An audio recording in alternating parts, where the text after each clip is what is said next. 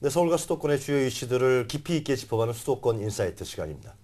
내년 6월 4일은 지방자치선거일입니다. 어느덧 우리가 지방자치제를 본격적으로 시행한 지 18년이 되었습니다. 그래서 저희 TBS 수도권 투데이에서는 앞으로 매주 수요일마다 이 지방자치제도에 대한 문제점 그리고 발전 방향, 이 문제에 관해 집중적으로 한번 논의해보는 자리를 만들었습니다. 오늘은 그 첫 번째 순서로 지방자치제도의 역사 발전에 대해서 얘기 나눠보도록 하겠습니다. 오늘도 김철근 새정치전략연구소 소장 나오셨습니다. 안녕하십니까? 예, 안녕하십니까? 네. 자, 우리나라의 지방자치 선거, 본격적으로 이제 지금의 제도로서는 18년, 20년이 넘었다고 하는데, 본래는 굉장히 오래됐죠? 네. 그렇습니다. 우리나라가 1949년도에 네. 지방자치법이 제정이 됩니다. 그리고 이승만 정권 시대인데요.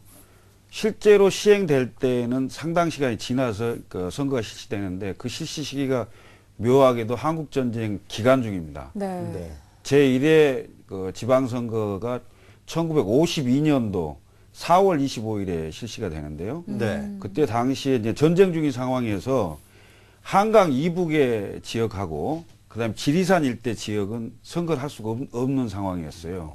그 지역을 빼고 선거를 실시했는데 당시 지금하고는 그 행정구역이 좀 다릅니다. 지금은 시군구지만 그때는 시읍면이었습니다. 시읍면. 네. 그래서 의회 선거만 했는데요. 시읍면 의회 선거하고 그다음에 도의원 선거를 했습니다. 그래서 1회 선거에서는 단체장에 대한 선거는 없었고요. 네. 그럼에도 불구하고 전쟁 중이었는데 왜 그 혼란한 상황에 지방자치선거를 실시했을까? 글쎄 궁금하네요. 상당히 네. 의구심이 들지 않습니까? 네. 당시에 대통령이 간선제였습니다. 이승만 대통령 상황이었는데 국회가 대통령을 상당히 흔드는 상황이었어요. 네. 그런 상황에서 이승만 대통령이 정치적으로 곤란한 상황을 돌파하기 위해서 그러니까 대통령 직선제를 걸고 네. 지방자치선거를 실시합니다. 그래서 당시에 그 다수 의석을 네. 자유당이 차지하게 되는 상황이죠. 전쟁 이후니까 아무래도 좀 우익 쪽 사람들이 차지하기 수월하니까 그렇습니다. 그걸 통해서 이용했다. 정치적으로 예. 그런 말씀이시죠. 그게 이제 1회 선거고요. 네. 2회 선거는 이제 전쟁이 끝나고 56년도에 실행을 합니다. 여기 2회 선거의 특징은 방금 말씀드렸듯이 시읍면장 단체장 선거를 일부 하게 됩니다. 그러니까 전에는 면장도 뽑았었죠. 그렇습니다. 시골에서 면장도 뽑았어요. 동장도 뽑는 거죠. 동장 면장을 직선제로 뽑았다는 게 의미가 있고요. 지금과 같은 선거 제도로 실시하게 된 게 4.19 혁명 이후에 네. 민주당 정권이 들어서서 지방자치법을 대폭 개정을 합니다. 네. 개정을 해서 지금처럼 기초의원, 광역의원, 기초단체장, 광역단체장 선거를 하게 되는데요. 그때 비로소 서울시장과 도지사들이 선거를 하게 됩니다. 그래서 그때 이제 서울시장으로는 김상돈 네. 시장이 당선이 됐죠. 당시 민주당 후보로 나와서 민의원 3선 출신이었고요. 반부패, 그러니까 반일 그 부위원장도 하시고 그랬던 네네. 분인데 그분이 결국 5.16이 나면서 6개월밖에 못해 상황이 됐죠. 이 52년부터 실시하던 지방자치 선거가 중단이 됐죠. 네. 그 이유는 또 방금 이제 제가 말씀드렸듯이 이제 5.16 군사구태타가 나면서 네. 군인들이 정권을 잡고 당시에 정치 혼란 상황을 이제 얘기를 한 거죠. 그래서 정치 규제도 만들고 당시 정치인들 대부분 정치 규제에 묶였고 그다음에 지방자치선거도 임기를 다 중단시킵니다. 네. 그럼 군사 정권이 그 지방의회를 해산시킵니까? 의회 해산되고요. 네. 단체장도 선출된 단체장도 전부 임기가 만료된 임기를 중단시키죠. 중단시키고 그만해라. 그렇습니다. 그만하라 그런 거죠. 그냥 총 들고서. 그렇습니다. 예. 그렇게 된 거죠. 그래서 서울시장 같은 경우는 국무총리의 제청으로 네. 대통령이 임명하는 상황이 되고 도지사는 지금 당시 내무부 장관이 네. 이제 추천해서 대통령이 임명하고 그다음에 이제 시장 군수 같은 경우는 도지사가 추천을 해서 이렇게 임명하는 이런 구조로 완전히 바뀌게 되는 겁니다. 그래서 그 상황이 30년을 가게 되는 겁니다. 30년 동안요. 예, 그렇습니다. 굉장히 오래 가는 거네요. 그러니까. 그게 이제 그러니까 지금 서울시장이 지금 이제 선거를 뽑히지만 그전에는 그렇습니다. 5.16 군사정권부터는 서울시장을 대통령이 임명했습니까?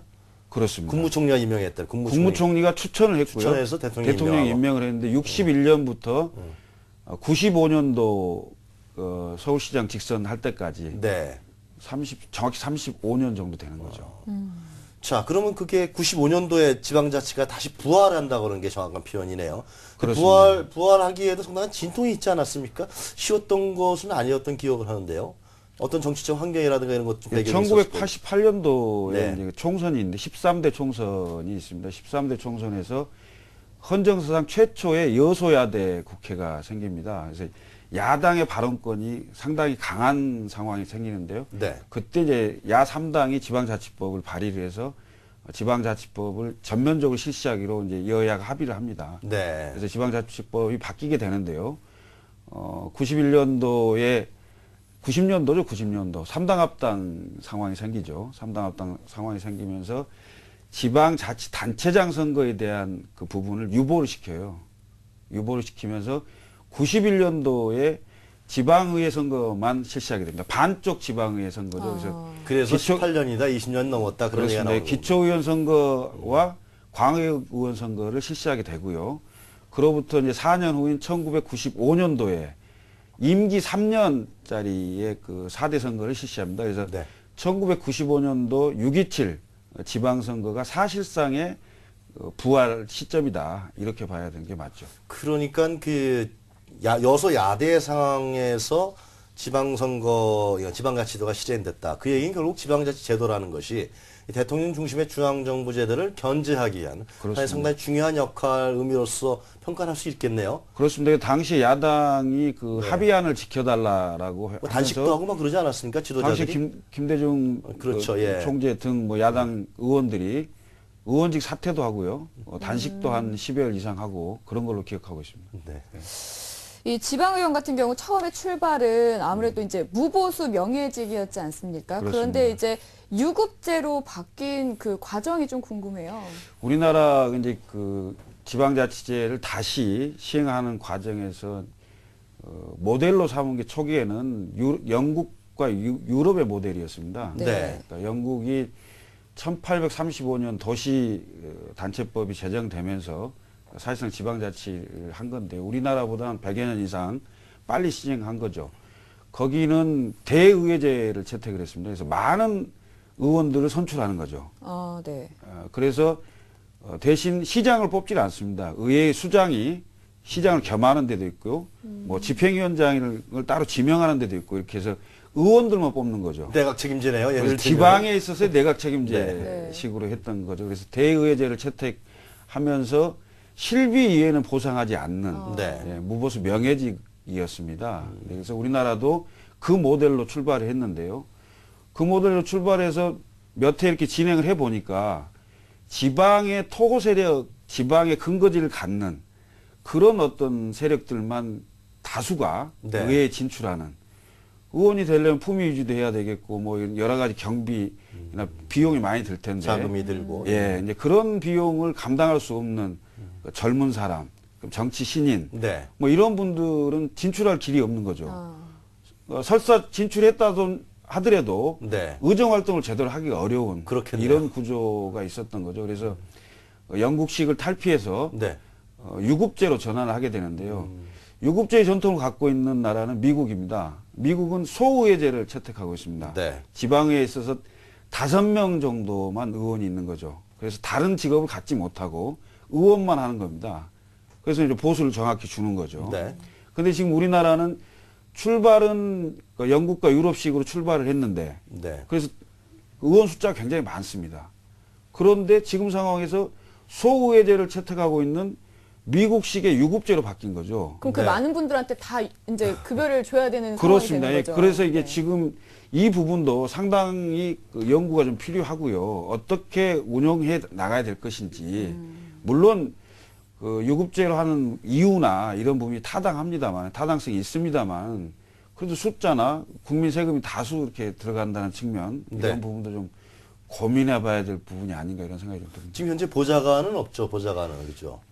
지금 시의원들이 보장은 없는 아직까지는. 것입니다. 광역의원도 유급, 없고요. 예. 예, 기초의원도 현재는 없습니다. 언제 한번 다음 시간에 이 문제 갖고 한번 집중적으로 한번 논의해봤으면 그렇습니다. 예, 좋겠어요. 그러면은 지금까지 역대 서울시장들 어떤 분들이 하셨는지 한번 우리 기억을 한번 되살려 볼까요? 네. 아까 말씀드렸던 우리 김상돈 네네. 초대시장님이 있었고요.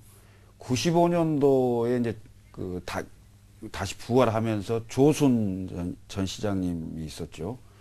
그리고 고건 시장. 네. 월드컵 경기장 만드신. 그렇습니다. 그리고 이명박 시장 네. 대통령이 되셨죠. 네. 그리고 오세훈 시장, 네. 그리고 현재 박원순 시장 이렇게 되셨는데요. 이 중에 이제 진보적인 분들이 그 세 분, 약간 이제 보수적인 분들이 두 분 이러는데요. 네. 오세훈 시장이 두 번 했기 때문에 사실상 3대 3입니다. 그렇습니까? 네. 이제- 내년 지방선거에 이제 6월 4일인데요. 그 결과는 이제 시민들이 네. 판단할 거라고 봅니다. 네, 이제 앞으로 지방자치제가 발전해 가야 하는 방향에 대해서 좀 말씀을 해주신다면 어떤 게 있을까요? 지방자치 큰 축은 이제 두 축입니다. 네. 그 집행부와 의회인데요. 우선 집행부가 창의적이어야 합니다. 그 단체장에 나서시는 분들이 자기 지역, 고향에 대한 뭐 애정은 기본이라고 생각하고요. 네. 다른 지역과는 다른 특성이 있어야 되고 창의력을 발휘해서 좀 발전을 시켜야 되는 그게 1번이고 두 번째는 중앙정부로부터 재정이 독립적이어야 됩니다. 지금 전혀 안 그렇잖아요. 지금 완전히 예속돼 네. 있어서 거의 제가 알기로 그 예산의 10%도 그 자율적으로 쓸 수 없을 겁니다. 심지어 뭐 서울시내 구청 같은 경우는 5%도 채 안 될 겁니다. 그렇습니다. 그 정도로 단체장이 바뀐다고 또는 뭐 단체장의 정당이 바뀐다고 해서 뭔가 좀 다른 부분이 없어요. 그렇겠네요. 거의 네. 비슷한 예산 쓸 수 네. 있는 예산이 별로 안 그렇습니다. 되니까. 이런 부분이 중앙정부로부터 예산 독립이 가장 큰 문제다 이런 생각이 좀 들고요. 네. 이제 집행부를 견제하는 의회 있지 않습니까? 네. 의회는 뭐 집행부도 마찬가지입니다만 지방자치는 민주주의의 교육장입니다. 그래서 그 뭔가 역량이 좀 되고 이런 분들이 좀 진출했으면 좋겠다 이런 생각을 좀 많이 해보는데요. 그리고 이제 일색으로 되는 경우가 있습니다. 집행부와 의회가 동일한 당으로 당선되는 네. 뭐 시장이 있는 당에 그 의회가 다수당인 경우에는 네. 거의 같은 거잖아요. 근데 이런 경우에는 견제가 상당히 잘 안 되는 부분이 있어요. 그래서 근데 집행부와 의회가 기본적으로 견제와 균형을 이루는 예. 거거든요. 그래서 지방의회의 기본인 견제에 보다 좀 충실할 수 있도록 좀 주문하고 네, 싶습니다. 하여튼 오늘 뭐 첫 시간인데 소장님 말씀 들어보니까 우리가 앞으로 매주마다 여러 가지 짚어나가면서 점검해야 될 부분들이 상당히 많은 것 같습니다. 다음 주에 또 다시 뵙겠습니다. 오늘 네. 말씀 감사합니다. 네, 오늘 김철근 소장과 함께 이야기 나눠봤습니다.